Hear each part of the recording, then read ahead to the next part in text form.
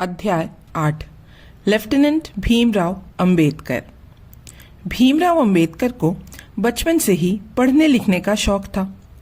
वह शुरू से ही उच्च शिक्षा प्राप्त करना चाहते थे, लेकिन कुछ दिनों बाद भीमराव के घर की आर्थिक स्थिति बिगड़ने लगी। अपने बूढ़े पिता और घर की दयनीय हालत भीमराव से देखी नहीं जा रही थी।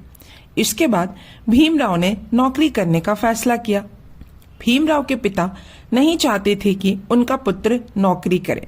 वह चाहते थे कि भीमराव उच्च शिक्षा प्राप्त करे और किसी बड़े पद पर कार्यरत हो। भीमराव ने अपने पिता से कहा, इस स्थिति में बिना नौकरी के आगे पढ़ना संभव नहीं है। आप चिंता ना करें, मैं नौकरी करते हुए भी उच्च शिक्षा प्राप्त करके ही रहूंगा। सूबेदार रामजी को अपने दृढ़ निश्चयी पुत्र पर मन ही मन बड़ा गर्व हुआ और उन्होंने भीमराव को नौकरी करने की अनुमति दे दी। भीमराव ने सेना में लेफ्टिनेंट के पद के लिए साक्षात्कार दिया और वह सफल भी हुए। उन्हें बड़ौदा राज्य में कार्यभार दिया गया और उनकी नौकरी पक्की हो गई। भीमराव इस बात से बहुत खुश थे कि जिस राज्य के महाराज की कृपा से वह बीए की परीक्षा में उत्तीर्ण हुए थे, वह उन्हें उसी राज्य की सेवा करने का सुनहरा मौका मिल रहा था। भीमराव बड़ौदा के लिए निकल गए। बड़ौदा जाकर अंबेडकर ने अपना कार्यभार संभाला। वह अपना काम पूरी मेहनत और ईमानदारी से कर रहे थे। बड़ौदा में भीमराव को 11 दिन बाद अपने पिता की गंभीर बीमारी का तार मिला।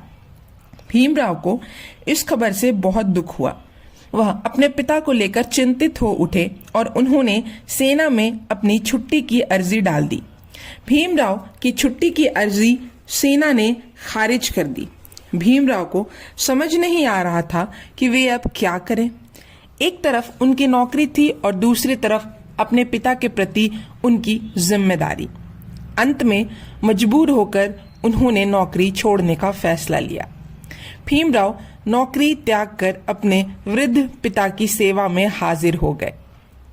भीमराव ने अपने पिता की रात दिन खूब सेवा की, लेकिन उनकी किस्मत में शायद कुछ और ही लिखा था। कुछ दिन बाद फरवरी 1913 को भीमराव अंबेडकर के पिता रामजी मालोजी सकपाल का निधन हो गया। पिता की मौत से भीमराव को बहुत दुख हुआ। अब उनके पास ना नौकरी थी और ना पिता का साया। हालत और खराब हो गए। सूबेदार रामजी मालोजी सकपाल ने अपने होनहार पुत्र में असीम साहस एवं धैर्य का संचार किया। सांसारिक प्रलोभनों से दूर रहने तथा आध्यात्मिकता में डूबने की शक्ति प्रदान की। उन्होंने अपने पीछे एक ऐसे पुत्र रत्न को छोड़ा जो जीवन भर कड़ा संघर्ष करते रहे और जिन्होंने समाज को अपने विचारानुसार मोड़कर पद दलित मानवता का उद्धार किया। भारत और पूरी दुनिया के लिए रामजी सूबेदार की अंबेडकर के रूप में यही सबसे बड़ी देन थी। उनका त्यागी और कर्मठ व्यक्तित्व सबके लिए अनुकरणीय साबित हुआ। यह भाग यहीं पर खत्म होता है।